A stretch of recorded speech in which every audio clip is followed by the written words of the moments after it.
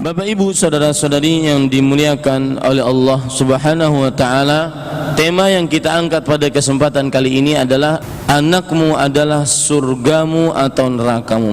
Anak bisa menjadi kunci surga dan anak bisa menjadi kunci neraka.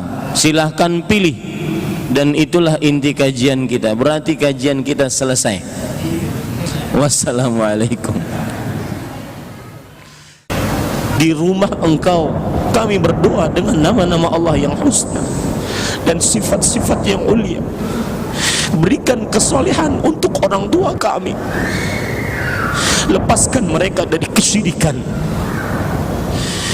berikan rasa takut kepada mereka terhadap engkau, matikan mereka dalam keadaan husnul khatimah.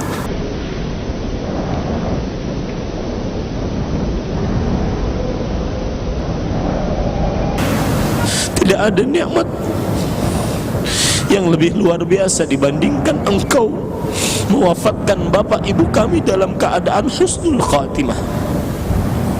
Amin ya rabbal alamin. Assalamualaikum warahmatullahi wabarakatuh. Bismillahirrahmanirrahim.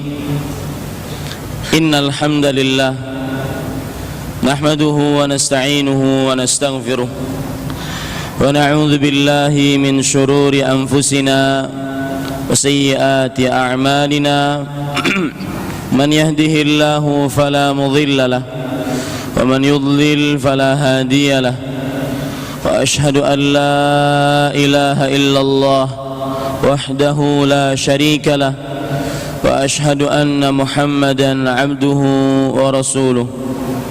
يا أيها الذين آمنوا اتقوا الله حق تقاته ولا تموتن إلا وأنتم مسلمون. يا أيها الناس اتقوا ربكم الذي خلقكم من نفس واحدة وخلق منها زوجها وبث منهما رجالا كثيرا ونساء واتقوا الله الذي تساءلون به والأرحام إن الله كان عليكم رقيبا.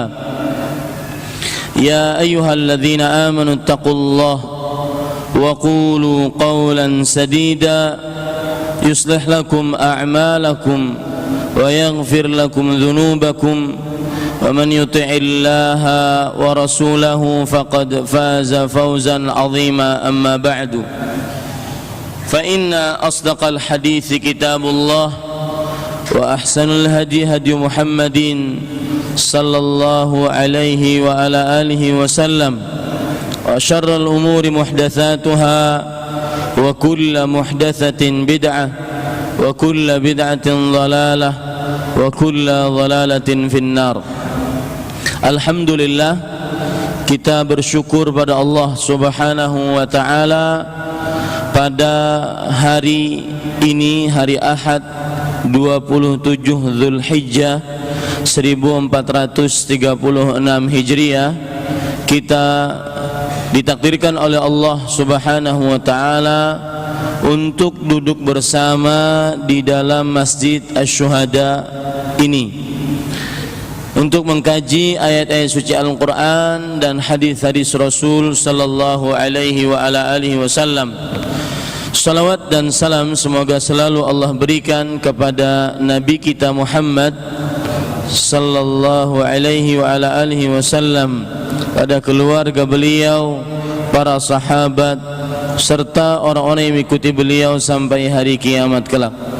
Dengan nama-nama Allah yang husna dan sifat-sifatnya yang ulia, saya berdoa, Allahumma inna nas'aluka ilman nafi'an wa rizqan tayyiban wa amalan mutaqabbala.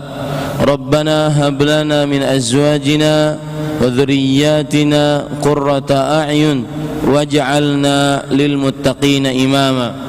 Wahai Rabb kami, anugerahkanlah kepada kami dari istri-istri kami dan keturunan kami yang menjadi penyejuk hati kami, dan jadikanlah kami sebagai pemimpin bagi orang-orang yang bertakwa. Amin ya rabbal alamin. Bapak, Ibu, saudara-saudari yang dimuliakan oleh Allah, tema yang kita angkat pada kesempatan kali ini sebagaimana yang disebutkan tadi adalah anakmu surgamu atau nerakamu. Sebelumnya saya bersyukur dan berterima kasih kepada Dewan Kemakmuran Masjid Asy-Syuhada yang telah memberikan izin untuk kita mengadakan kajian majelis ilmu, kegiatan ilmu yang di dalamnya insyaallah taala hanya akan dibaca ayat-ayat suci Al-Qur'an dan hadis-hadis Rasul sallallahu alaihi wa ala alihi wasallam. Semoga pengurus masjid senantiasa mendapatkan petunjuk dan sebagaimana yang disebutkan oleh Allah Subhanahu wa taala di dalam surat At-Taubah, Allah Subhanahu wa taala berfirman, "Innama ya'muru masajidallah man amana billahi wal yawmil akhir wa aqama as-salah wa ataz zakata wa lam yakhsha illallah faulaika asa an yakunu minal muhtadin." Sesungguhnya yang memakmurkan masjid-masjid Allah hanyalah, di sini Dewan Kemakmuran Masjid, dimanapun masjid itu berada harus bersyukur kepada Allah, karena yang hadir di masjid ini kaum muslim di samping kanan samping kiri masjid ini banyak, akan tetapi hanya orang-orang yang ditunjuk dan dipilih oleh Allah Subhanahu wa taala untuk menjadi Dewan Kemakmuran Masjid. Lihat, Allah berfirman, keutamaan bagi orang-orang yang memakmurkan masjid. Sesungguhnya orang-orang yang memakmurkan masjid hanyalah seorang yang beriman kepada Allah dan hari akhir. Maknanya bahwa tanda keimanan adalah ketika seorang dipilih oleh Allah untuk memakmurkan masjid Allah dan mendirikan salat, membayar zakat. Maknanya adalah bahwa Dewan Kemakmuran Masjid senantiasa giat untuk mendirikan salat dan membayar zakat. Walam yakhsha illallah, dan tidak takut kecuali kepada Allah. Maka semoga mereka adalah orang-orang yang diberi petunjuk. Maka sekali lagi saya ucapkan jazakumullahu khairan atas izinnya. Kemudian saya berdoa semoga kita semua istiqamah sampai ajal menjemput kita. Bapak, Ibu, saudara-saudari yang dimuliakan oleh Allah Subhanahu wa taala, tema yang kita angkat pada kesempatan kali ini adalah anakmu adalah surgamu atau nerakamu. Maksud dari tema ini yaitu seorang anak bisa menjadi jalan bagi orang tua menuju surganya Allah Subhanahu wa taala, atau sebaliknya seorang anak bisa menjadi jalan yang paling lancar bagi orang tuanya menuju nerakanya Allah Subhanahu wa taala. Itu inti kajian saya semuanya. Anak bisa menjadi kunci surga dan anak bisa menjadi kunci neraka. Silahkan pilih, dan itulah inti kajian kita. Berarti kajian kita selesai. Wassalamualaikum. Jadi Al-Quran dan hadis itu kalau dipelajari berat. Makanya yang disampaikan jangan sampai membuat berat. Kita di dalam kajian tidak akan bercerita dongeng kesana kemari, ngalor ngidul perkataan yang tidak ada dalilnya dari Al-Quran dan Sunnah. Maka inti kajiannya mudah. Bapak ibu pulang ke rumah nanti bisa membawa bekal. Anak saya bisa dijadikan sebagai jalan bagi saya sebagai orang tua menuju surga atau bagi saya sebagai orang tua menuju neraka. Itu inti kajiannya. Bapak Ibu, saudara-saudari yang dimuliakan oleh Allah Subhanahu wa taala, kita akan bahas poin pertama, yaitu kapan anak bisa menjadi jalan bagi orang tua menuju surganya Allah Subhanahu wa taala. Ini poin pertama. Nanti baru poin kedua kita akan bahas kapan anak menjadi jalan bagi orang tua menuju nerakanya Allah Subhanahu wa taala. Poin pertama, kapan anak menjadi jalan bagi orang tua menuju surganya Allah Subhanahu wa taala, yaitu tatkala orang tua tidak merubah amanah, atau saya ulangi, tatkala orang tua benar-benar tunai dalam menyampaikan dan menjaga amanah yang ada pada anak. Saya ulangi, tatkala orang tua dengan benar-benar menunaikan amanah yang ada pada anak. Kita akan jelaskan poin ini. Anak akan menjadi jalan surga bagi orang tua apabila orang tua menjaga amanah pada anak, apabila orang tua menunaikan amanah terhadap anak.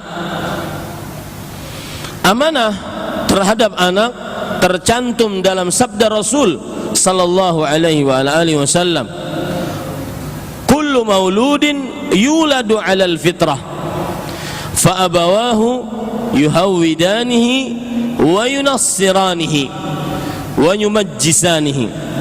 Artinya, setiap anak terlahir di atas fitrah, maka kemudian kedua orang tuanya lah yang menjadikan anak tersebut Yahudi atau Nasrani atau Majusi, penyembah api. Hadis riwayat Bukhari. Lihat hadis ini baik-baik, bahwa Rasul sallallahu alaihi wasallam seakan berpesan kepada kita, wahai seluruh para orang tua, anak Anda adalah amanah yang diberikan oleh Allah Subhanahu wa taala kepada Anda. Kullu mauludin yuladu 'alal fitrah. Amanahnya apa? Yaitu menjaga anak tersebut di atas fitrahnya sebagaimana dia dilahirkan dari rahim ibunya.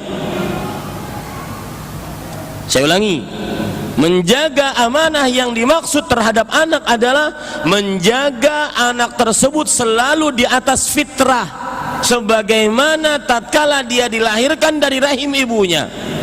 Fitrahnya apa Ustaz kalau begitu? Fitrahnya adalah Islam. Ini amanah yang ada pada pundak orang tua. Sampai mati orang tua atau sampai mati sang anak, maka amanah ini selalu harus ada, dijaga oleh orang tua. Kewajiban yang sangat wajib untuk menjaga, bahkan lebih wajib daripada hanya memberikan sandang pangan, mencukupi kebutuhan kehidupan dia, pakaian, makanan, minuman. Lebih dibandingkan itu semua, menjaga amanah lebih dibandingkan itu semua. Fitrahnya apa tadi? Di atas Islam. Dalilnya apa? Surat Ar-Rum ayat 30. Allah Subhanahu wa taala berfirman, "Fa'aqim wajhaka lid-dinil qayyim." Maka dirikanlah wajahmu untuk agama yang lurus ini. Fitratallah allati fataran nas 'alaiha.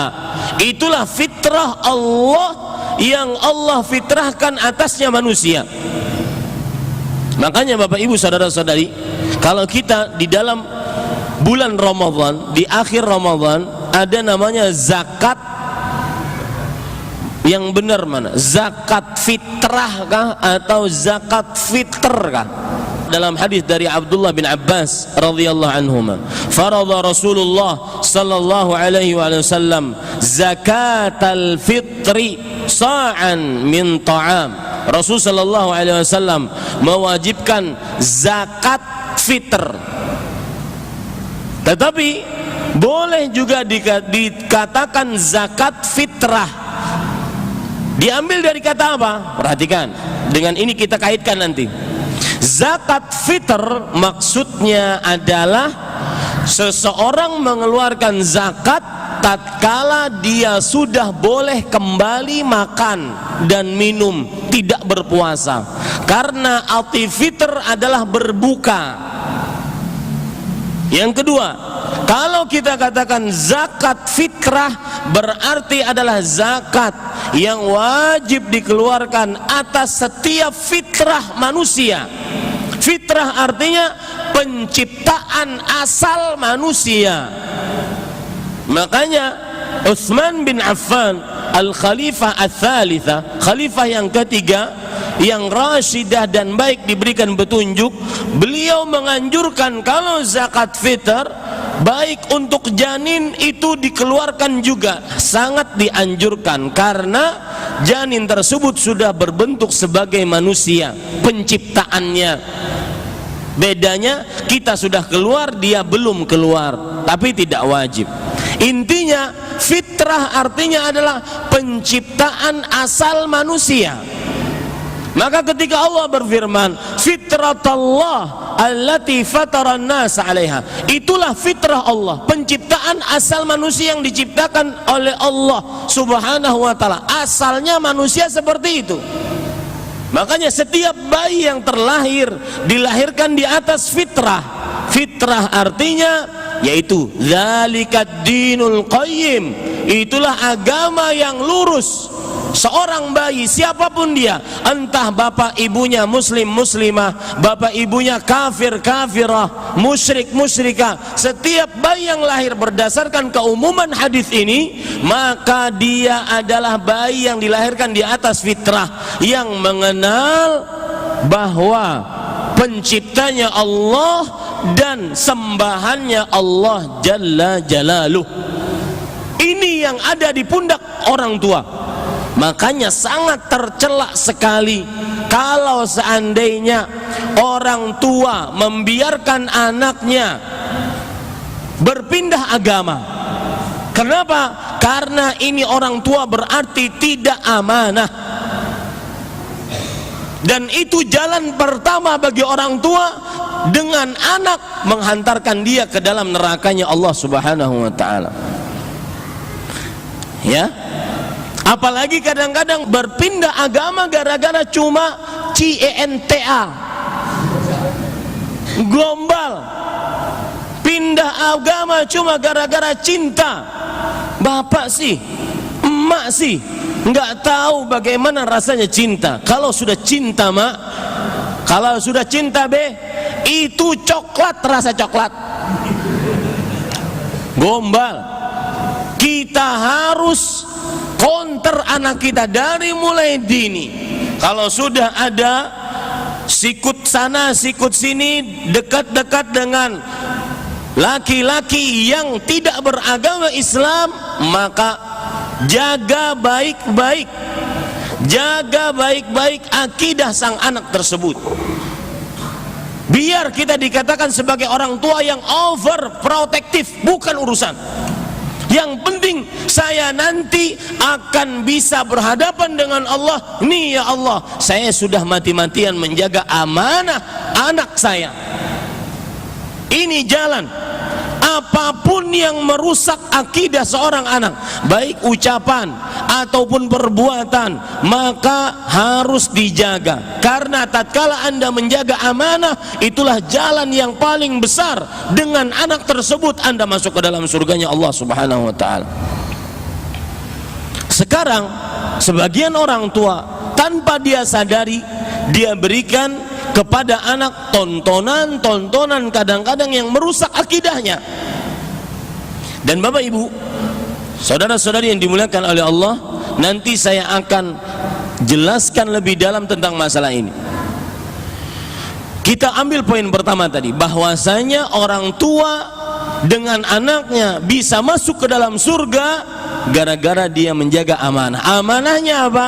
Menjaga fitrahnya. Jangan sampai orang tua sebagaimana disebutkan dalam hadis, fa abawahu yuhawidani wa yunassirani wa yumajjisani. Kedua orang tuanya yang menjadikan dia Yahudi, Nasrani ataupun Majusi. Para ulama menjelaskan hadis ini bahwasanya annal walidain huma as-sababul awwal fi ja'lihi al-Yahudi al-Nasrani awil Majusi. Maksud dari hadis ini adalah bahwa sebab paling utama yang menjadikan anaknya menjadi kaum Yahudi dan Nasrani adalah orang tuanya. Maka hati-hati Bapak Ibu saudara-saudari, semua ucapan, semua kelakuan, mainan, kemudian sarana apapun yang kita berikan kepada anak kita, jangan sampai merubah anak, merubah fitrah sang anak, karena itu amanah yang terbesar bagi orang tua. Ini jalan yang pertama. Jalan yang kedua, Bapak Ibu saudara-saudari yang dimuliakan oleh Allah,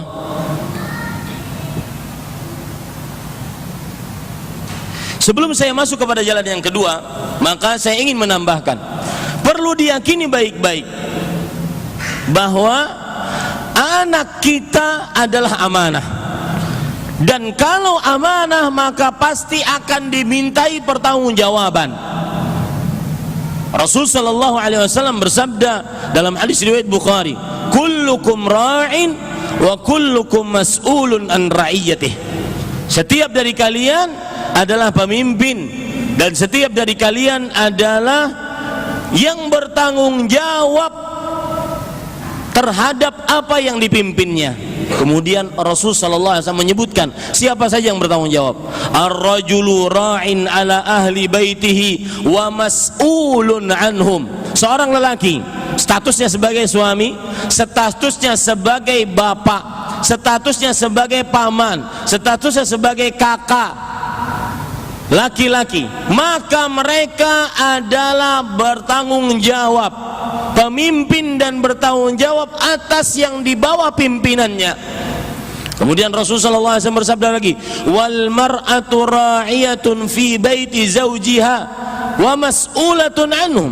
Dan seorang perempuan, baik statusnya sebagai ibu, sebagai istri, sebagai kakak perempuan, sebagai bibi, mereka bertanggung jawab atas orang-orang yang di bawah pimpinannya. Maka Bapak Ibu saudara-saudari, ingat itu baik-baik. Ketika kita mulai sudah terledor dengan keadaan anak kita, akidah anak kita, amanah yang ada pada anak kita, maka ingat pertanyaan dari Allah, semuanya akan ditanyakan oleh Allah Subhanahu wa taala. Bahkan Rasul sallallahu alaihi wasallam menyebutkan, kafa bil mar'i itsman an yudayyi'a man yaqut. Cukup seseorang disebut sebagai seorang yang berdosa kalau dia menyia-nyiakan orang-orang yang di bawah pimpinannya. Maka Bapak Ibu saudara-saudari yang dimuliakan oleh Allah, perhatikan baik-baik. Tatkala kita ingin masuk surga, maka Bapak Ibu jaga amanah pada anak. Apabila amanah tersebut bisa dijaga, maka walhamdulillah. Kalau mulai teledor, ingat semuanya akan dimintai pertanggungjawaban oleh Allah Subhanahu wa taala. Sekarang kita masuk kepada poin yang kedua. Kapan anak bisa menjadi pintu surga bagi orang tuanya? Yaitu tatkala orang tuanya menjaga akidah sang anak, menjaga akidah sang anak.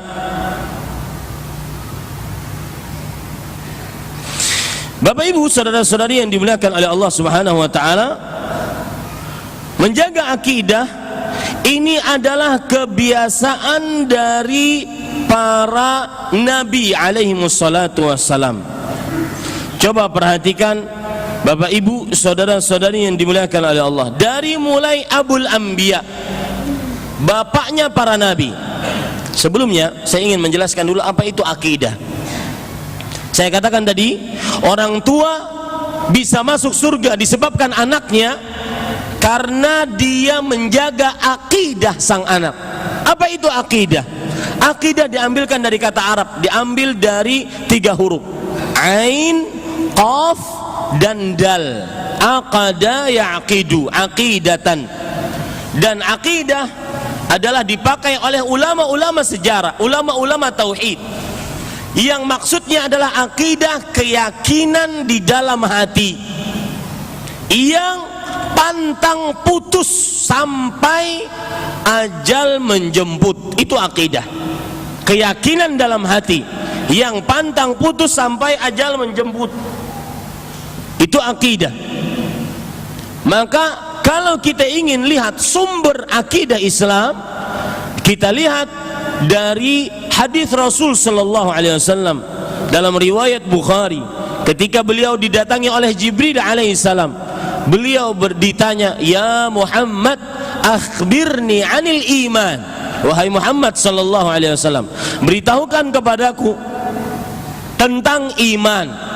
Nabi Muhammad sallallahu alaihi wasallam menjawab, "Al-iman an tu'mina billah wa malaikatihi wa kutubihi wa rusulihi wal yaumil akhir wa tu'mina bil qadari khairihi wa syarrih." Iman adalah engkau beriman kepada Allah, kepada para malaikatnya, kepada kitab-kitabnya, kepada rasul-rasulnya, dan kepada hari akhir.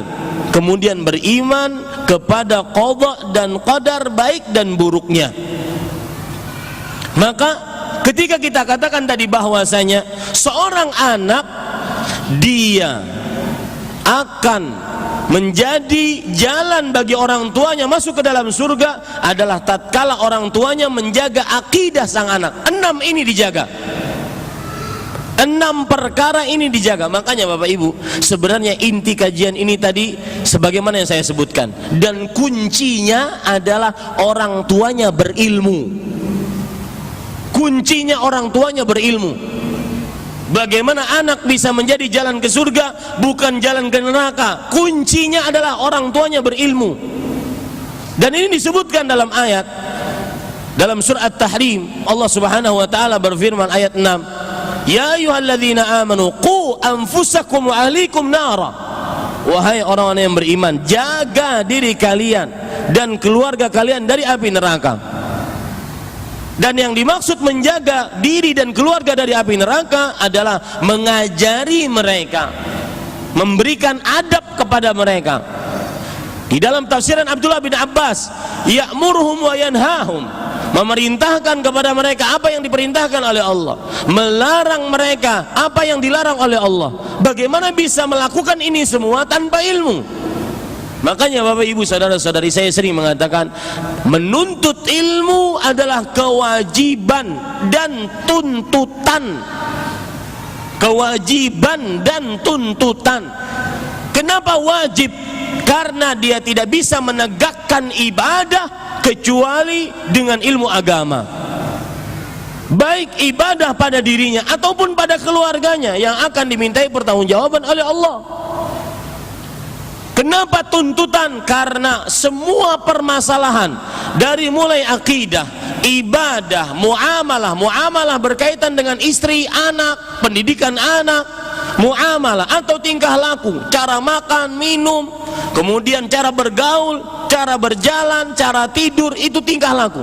Semua permasalahan itu bisa dijawab dengan ilmu agama. Maka jangan pernah bosan untuk menuntut ilmu agama. Jangan pernah merasa sudah pintar dengan ilmu agama. Sa'id ibnu Jubair rahimahullah ta'ala pernah berkata, "La yazalu rajulu aliman ma ta'allam, fa idza istaghna waqtafa fa'lam annahu ajhalu ma yaqul." Masih saja seseorang dianggap sebagai seorang berilmu selama dia belajar. Tatkala dia sudah mencukupkan, merasa penuh, sudah pintar, maka ketahuilah dia orang yang paling bodoh. Terutama bagi orang tua, Anda tidak akan bisa menjaga akidah anak Anda tanpa ilmu agama. Mustahil. dan menjaga akidah anak bukan hanya sekedarnya tonton pengajian di TV selesai, enggak. Harus benar-benar detil dalam ilmu agama, terutama akidah. Karena ini jalan kita menuju surganya Allah. Menjaga akidah sang anak. Yang terjadi apa sekarang Bapak Ibu saudara-saudari? Sang orang tua bukannya menjaga akidah, tapi malah merusak akidah. Ditontonkan kepada tontonan sinetron yang di dalamnya seorang anak kecil punya pembantunya peri. Setiap apa saja minta kepada peri, bukan minta kepada Allah. Ditontonkan kepada anak kecil film-film kartun yang dia mempunyai boneka, minta apa saja maka dia minta kepada boneka tersebut, bukan kepada Allah. Aku ingin baling-baling bambu, tontonan kesyirikan. Kemudian tanpa sadar kadang-kadang orang tua mengajak anaknya untuk menuhankan orang tuanya. Seperti misalkan sang orang tua mengatakan kepada anaknya, "Nak, kalau seandainya kamu lulus ujian, belajar yang baik agar kamu lulus ujian. Kalau kamu lulus ujian, minta apa saja, maka bapakmu ada di sampingmu. Bapakmu yang menjamin." Memang Tuhan bapaknya. Ajari anak tauhid. Lihat sekarang kita akan kupas bagaimana para nabi alaihi wassalatu wassalam menjaga akidah sang anak. Dari mulai Abul Anbiya, Nabi Ibrahim alaihissalam. Disebutkan dalam surat Ibrahim ayat 35. Allah Subhanahu wa taala berfirman, "Wa idz qala Ibrahim rabbi ij'al hadzal balada aminan wajnubni wa baniya an na'budal asnam." Dan ingatlah ketika Ibrahim alaihissalam berdoa, "Wahai Rabbku, jadikanlah negeri ini," yaitu Mekah, sebagai negeri yang aman, dan jauhkan aku dan anak-anak keturunanku dari menyembah berhala. Ini adalah bentuk doa sang bapak untuk anaknya, demi agar anaknya terjaga akidahnya. Pertanyaan, pernahkah kita mendoakan anak dengan doa ini? Ataukah cuma kita pusarannya ataupun porosnya cuma dunia? Ya Allah, mudahkan dia dalam lulus ujian. Ya Allah, mudahkan dia mencari pekerjaan. Ya Allah, luluskan dia diterima pekerjaan ini. Ya Allah, mudahkan jodoh dia. Cuma dunia. Lihat gaya hidup para sahabat, orang-orang yang diridhai oleh Allah. Salah satu kunci mereka dapat ridha Allah, senantiasa orientasinya akhirat oriented. Ya, garis bawah itu baik-baik. Kenapa mereka dapat ridha Allah? Karena mereka akhirat oriented, tujuan hidupnya akhirat. Pertanyaan-pertanyaan sering ditanyakan kepada Rasulullah SAW dari para sahabat. Semuanya mengandung pertanyaan tujuannya akhirat. Lihat hadis Abu Hurairah radhiyallahu anhu, "Ya Rasulullah, dullani ala amalin idza amiltu yudkhilni al-jannah wa yubaiduni minan nar." Wahai Rasulullah, beritahukan kepadaku tentang sebuah amalan yang memasukkanku ke dalam surga, menjauhkanku dari api neraka. Sampai-sampai Rasulullah SAW mengatakan bahwasanya, "Ya Aba Hurairah, innahu la'azim." Sesungguhnya pertanyaan ini agung. Lihat, Rasul menyatakan agung. Kenapa? Karena menunjukkan kepada kehidupan akhirat.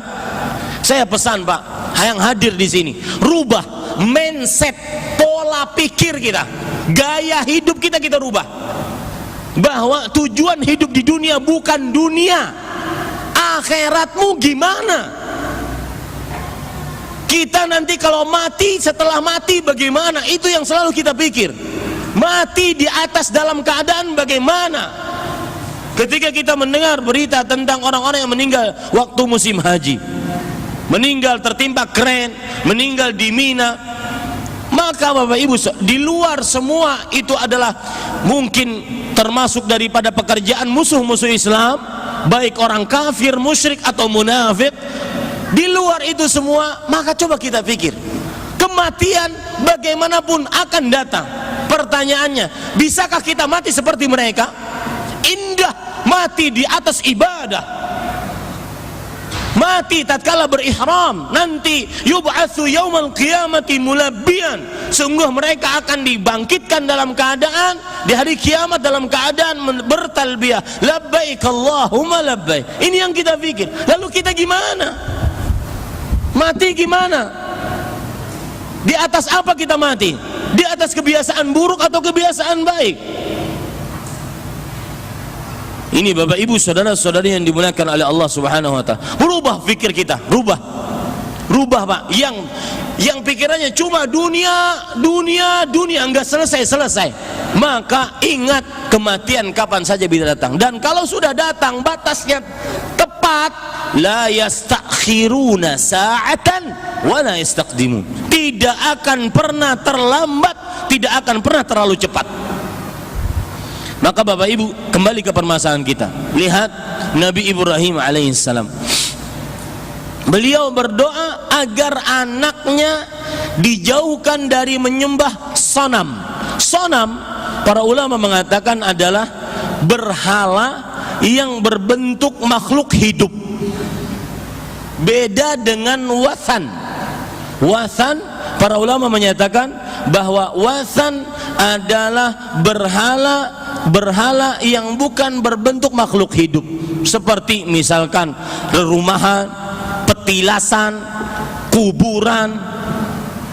Itu bisa jadi berhala. Makanya Rasulullah SAW bersabda, Allahumma la taj'al qabri wathanan. Ya Allah, jangan jadikan kuburanku sebagai wathan, berhala yang disembah.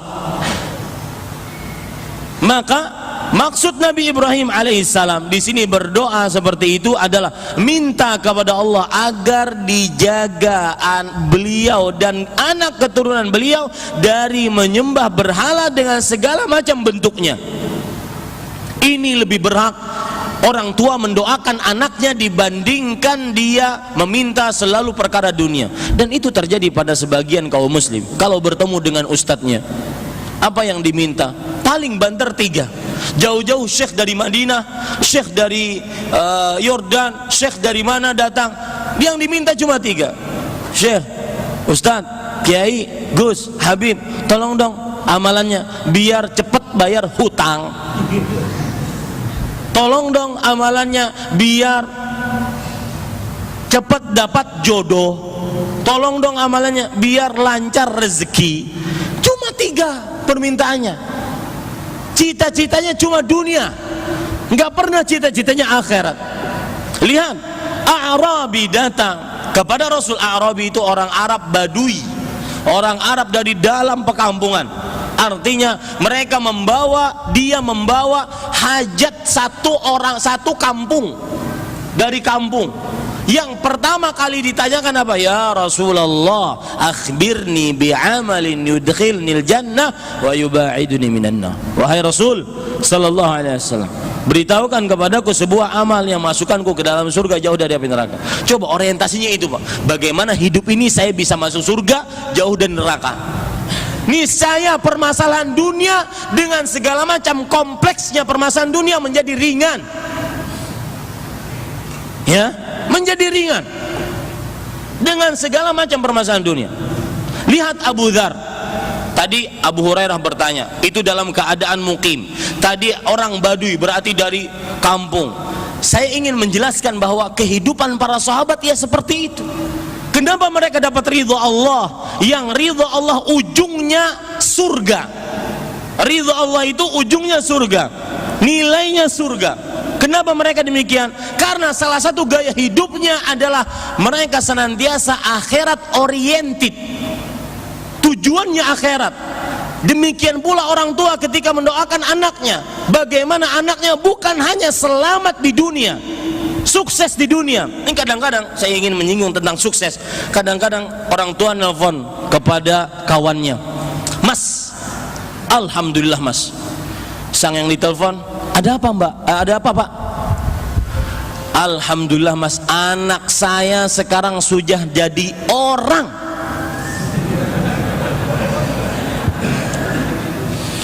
Kemudian si bapak mengatakan, emang kenapa? Sebelumnya belum jadi orang mas.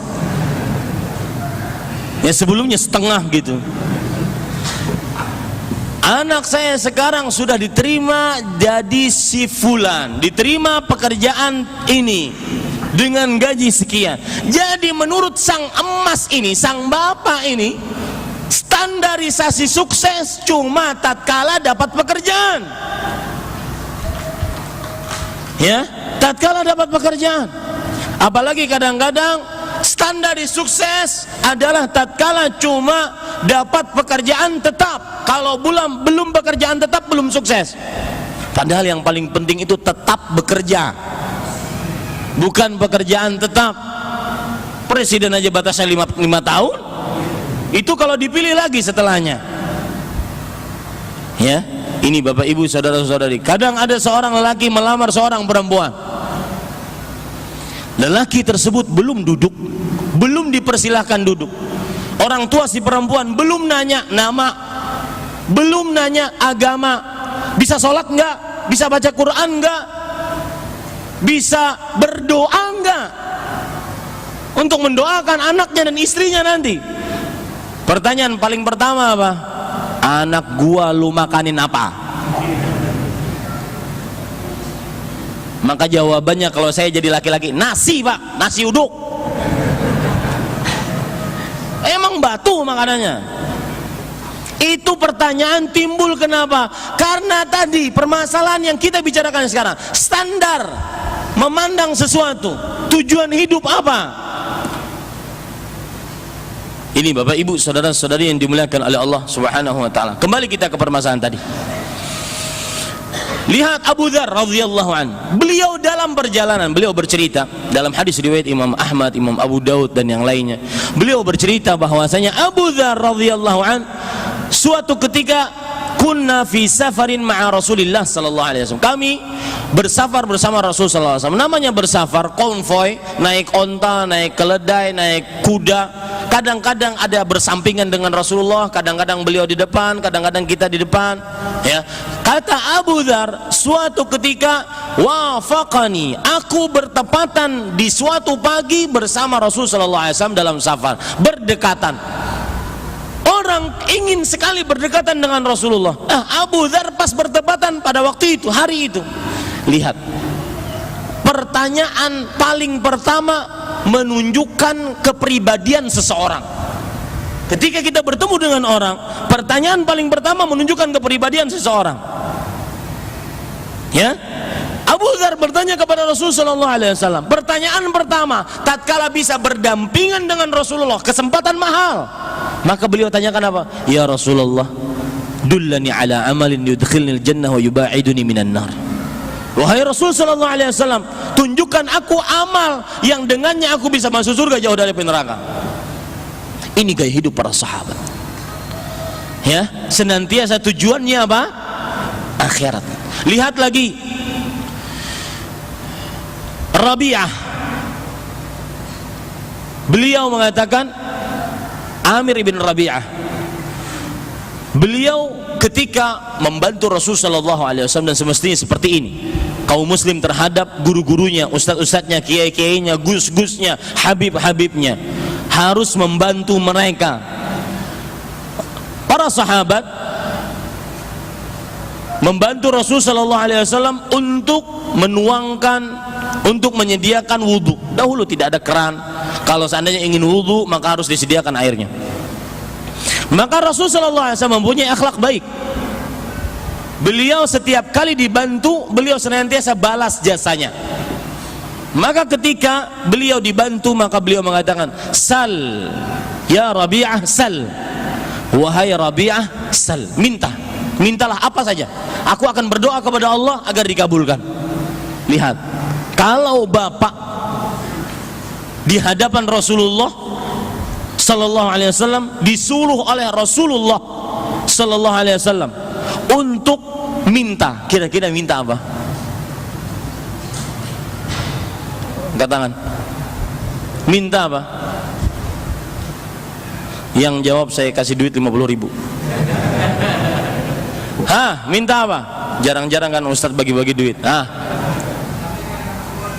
Berdampingan dengan Rasul sallallahu alaihi wasallam di surga. Yakin itu pertamaan minta? Enggak ada yang lain? Enggak minta bidadari? Sini, Pak.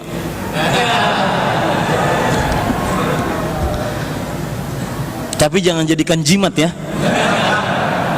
Saya pernah di suatu kota, saya bilang siapa yang jawab dapat hadiah sekian, saya kasih 100.000. Beliau nelfon pas saya di Banjarmasin, nelfon, alhamdulillah Ustadz, memang duit yang Ustadz kasih beda. Subhanallah, ini gimana? Jadi jimat jadinya. Orang sekedar ngasih hadiah saja. Taib. Bapak Ibu saudara-saudari, kita kembali ke permasalahan. Maka rubah metode berpikir kita, gaya hidup rubah. Jangan selalu melulu uang, duit, rupiah, real, dolar, pekerjaan, dunia. Jangan. Kita usaha untuk menafkahi anak istri, betul, tapi itu bukan tujuan hidup. Tujuan hidup adalah menegakkan ibadah untuk masuk ke dalam surganya Allah. Itu tujuan hidup, dan itu gaya hidup para sahabat, yang dengan itu mereka mendapatkan ridha Allah yang berujung apa? Surga. Taib. Bapak Ibu saudara-saudara, lihat lagi surat Al-Baqarah ayat 128. Lihat, kita sekarang membicarakan poin kedua ya Pak ya, jangan lupa ya, saya ngelantur kemana-mana tadi untuk sebuah tujuan, tapi kita bicarakan poin kedua, yaitu seorang orang tua bisa masuk ke dalam surga disebabkan anaknya karena dia menjaga apa Pak? Menjaga akidah sang anak. Nah, saya sebutkan sekarang, menjaga akidah itu adalah kebiasaan para nabi. Ingat itu baik-baik. Menjaga akidah kebiasaan para nabi. Saya contohkan, pertama Nabi Ibrahim, disebutkan dalam surat Ibrahim ayat 35. Yang kedua Nabi Ibrahim juga disebutkan dalam surah Al-Baqarah ayat 128. Allah Subhanahu wa taala berfirman, Rabbana waj'alna muslimaini laka wa min dzurriyyatina ummatan muslimatan lak. Wahai Rabb kami, jadikan kami berdua, yaitu Nabi Ibrahim dan Ismail, sebagai dua orang yang menyerahkan diri kepadamu, dan juga dari anak keturunan kami sebagai umat yang menyerahkan diri kepada engkau. Ini pelajaran dari Nabi Ibrahim kepada seluruh orang tua agar mendidik anaknya mempunyai sifat taslim, menerima, dan itu puncak iman. Menerima apa saja yang ada dalam Al-Quran dan hadis Rasul, itu puncak akidah. Akidah Anda ingin benar, maka punya sifat taslim. Lihat Allah Subhanahu wa taala berfirman di dalam Al-Quran, innama kana qaulal mu'minin idza du'u ila Allahi wa rasulihi an yaqulu sami'na wa ata'na. Sesungguhnya ucapan orang-orang beriman jika dikatakan kepada mereka untuk berhukum kepada Allah dan Rasulnya, mereka hanya mengucapkan apa? Sami'na wa ata'na. Kami dengar dan kami taat. Itu sifat orang beriman, dan itu yang diminta oleh Nabi Ibrahim alaihissalam kepada Allah untuk anak-anaknya Ismail, Ishak, keturunan-keturunannya setelahnya. Ini disebutkan oleh Allah dalam surat An-Nur ayat 51. Ya, ini Bapak Ibu, ini menjaga akidah dengan sifat taslim, menerima dengan sebenar-benar penerima. Pokoknya Pak, saya pesan ya, dalam perihal perintah dan larangan Allah jangan banyak-banyak gunakan otak, enggak perlu. Gunakan sami'na wa ata'na. Ini bukan membatukan otak, enggak. Bukan membatukan akal, bukan tidak mengerjakan firman Allah, afala ta'qilun. Apakah kamu tidak mau berpikir? Apakah kamu tidak mau berakal? Mohon merapat ke depan, jamaah penuh di belakang. Maju Pak, maju. Merapat.